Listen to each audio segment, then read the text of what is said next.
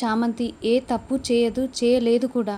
నేనిప్పుడే police స్టేషన్‌కి వెళ్తానని ప్రేమ్ వెళ్తూ ఉంటాడు.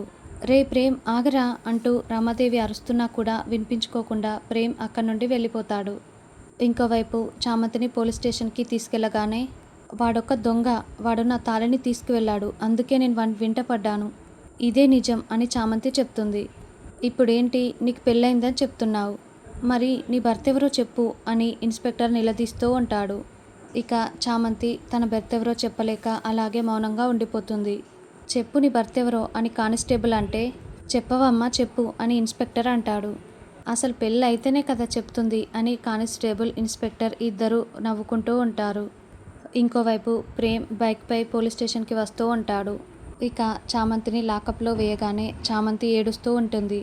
ప్రేమ్ పోలీస్ స్టేషన్ లోపలికి వస్తాడు. ఇక అక్కడే లాకప్‌లో ఉన్న చామంతిని చూసి చాలా బాధపడుతూ ఉంటాడు.